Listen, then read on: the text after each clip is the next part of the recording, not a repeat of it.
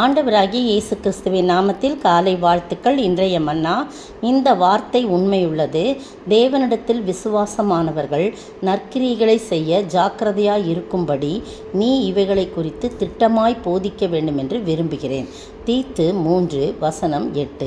இந்த வார்த்தை உண்மையுள்ளது. எந்த வார்த்தை அப்படின்னு சொல்லி பார்க்கும்போது 4ஆம் வசனத்திலிருந்து பாருங்கள். நம்முடைய இரட்சகராகிய தேவனுடைய தயையும் மனுஷர் மேலுள்ள அன்பும் பிரசன்னமான போது, ஒரு மனுஷர் மேலே அது பிரசன்னமான போது என்ன செய்யணுமா, அந்த அன்பு நம்ம நிரப்பும் போது நாம் செய்த நீதியின் கிரியைகளின் நிமித்தம் அவர் நம்மை ரட்சியாமல், பாருங்கள், நம்முடைய நீதி அழுக்கும் கந்தலுமாக இருக்குன்னு சொல்லி இந்த இடத்துல சொல்லப்பட்டிருக்குது. அவருடைய கிருபை தான் நம்மை ஆட்கொண்டிருக்கு. அதை தான் இங்கே சொல்கிறார். தீத்துக்கு எழுதும்போது அப்போஸ்தலனாகிய பவுல், நாம் செய்த நீதியின் கிரியைகளின் நிமித்தம் அவர் நம்மை ரட்சியாமல் தமது இரக்கத்தின்படியே மறுஜென்மம் முழுக்கினாலும் பரிசுத்த ஆவியினுடைய புதிதாக்குதலினாலும் நம்மை ரட்சித்தார். இதுதான் உண்மையிலும் உண்மை இல்லையா? நம்முடைய நீதி ஒன்றுமே கிடையாது, நம்ம செய்கிற நீதிலாம் ஒன்றுமே கிடையாது. அவர் அது நிமித்தம் நம்மளை ரட்சிக்கலை.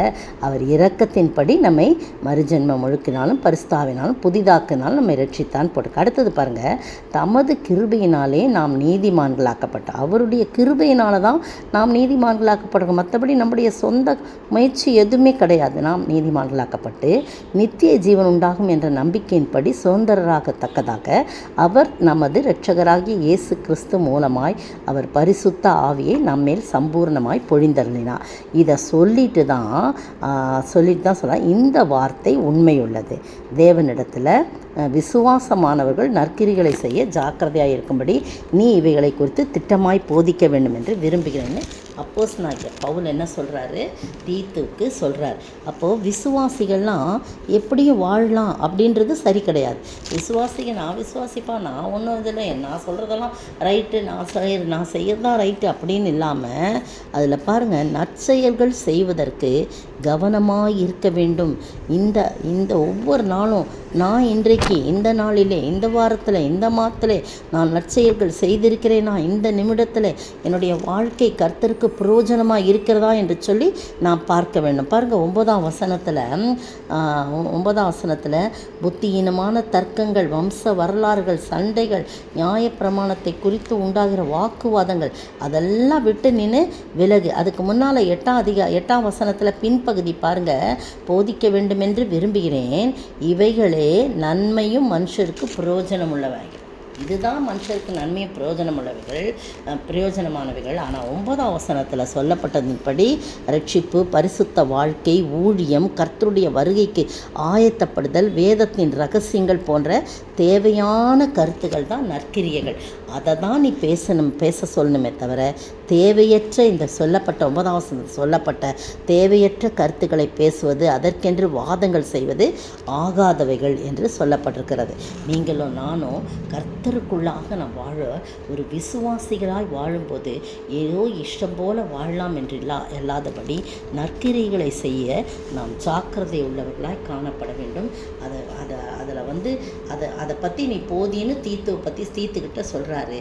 நீங்களும் நானும் எத்தனையோ போதனைகளை கேட்டாலும் நன்மையும் மனுஷருக்கு பிரயோஜனமானவைகளான நற்கிரிகளை நாம் செய்ய வேண்டுமே தவிர, தேவையற்ற வேத புரட்டனாக இருக்கிற ஒருவனுக்கு நீ 2 தரம் புத்தி சொல். 2 தரம் சொன்ன பின்பு அவன் கேட்கல அப்படின்னா நீ விட்டு விலகிற. இல்லைன்னா உன்னையும் என்ன பண்ணிடுவான், நிலை தவறி போகிறதுக்கு அவன் செய்வான். அதனால் நம்ம நல்ல ஆட்களோட, நல்ல நற்கிரிகள் செய்கிறவர்களோடு இணைந்து நம்முடைய பணியை செய்ய வேண்டும்.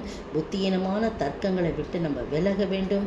வேத புரட்டல்காரர்களை விட்டு முக்கியமாக நாம் விலக வேண்டும். எந்த ஒரு காரியமும் கர்த்தருடைய வேதத்தோடு, வேத வசனத்தோடு ஒப்பிட்டு பார்த்து அதை யார் தெளிவாய் சொல்லுகிறார்களோ அதை மட்டும்தான் நாம் எடுத்துக்கொள்ள வேண்டும். விசுவாசிகள் ரொம்ப ஜாக்கிரதையாக இருந்து இந்த காரியத்திலே நாம் நற்கிரிகள் செய்து அநேகருக்கு முன்மாதிரியாய் வாழ ஆண்டவர் தாமே கிருபை செய்வாராக. ஆமீன்.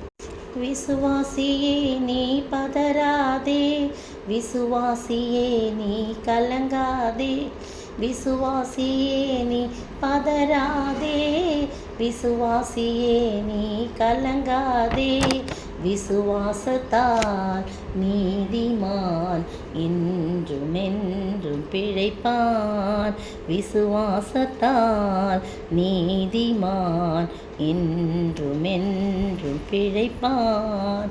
ஸ்தோத்திரிக்கிற ஆண்டவரே, துதிக்கிற ராஜா, விசுவாசத்திலே வளருகின்ற நாங்கள் ஆண்டவரே கர்த்தாவே நீதிமான்களாய் காணப்படவும், நற்கிரிகளை செய்ய ஜாக்கிரதை உள்ளவர்களாய் இருக்கவும், கர்த்தருக்கு மகிமுள்ள சாட்சியாக முன்மாதிரியாக நாங்கள் விளங்கவும், தேவையற்ற இடங்களுக்கு, தேவையற்ற வேத புரட்டலுக்கும், தேவையற்ற வீண் பேச்சுகளுக்கும் கர்த்தாவே எங்களை விலக்கி மீட்டு பாதுகாத்து உமக்கு முன்பாக நாங்கள் ஜாக்கிரதையாய் காணப்பட, நற்கிரிகளை செய்து உமக்கு பிரீதியாய் காணப்பட நீர் உதவி செய்ய வேண்டும் என்று கர்த்தரும் மீட்பெரும் ராஜாவாகிய இயேசு கிறிஸ்துவின் விலையேறப்பெற்ற நாமத்தில் ஜெபிக்கிறேன் பிதாவே, ஆமென். நேற்றைய பதில், நீங்கள் மருளாதிருக்கிறது அவர்கள் கெட்டு போகிறதற்கும் நீங்கள் இரட்சிக்கப்படுவதற்கும் அத்தாட்சியாய் இருக்கிறது. இதுவும் தேவனுடைய செயல் என்று குறிப்பிடப்பட்டுள்ளது. பிலிப்பியர் 1:28. இன்றைய கேள்வி, எப்படி நாம் ஒருவரையொருவர் தங்களிலும் எப்படிப்பட்டவர்களாக எண்ணக் கடவீர்கள் என்று சொல்லப்பட்டுள்ளது. எப்படி நாம் தங்களிலும் எப்படிப்பட்டவர்களாய் எண்ணக் கடவீர்கள் என்று சொல்லப்பட்டுள்ளது.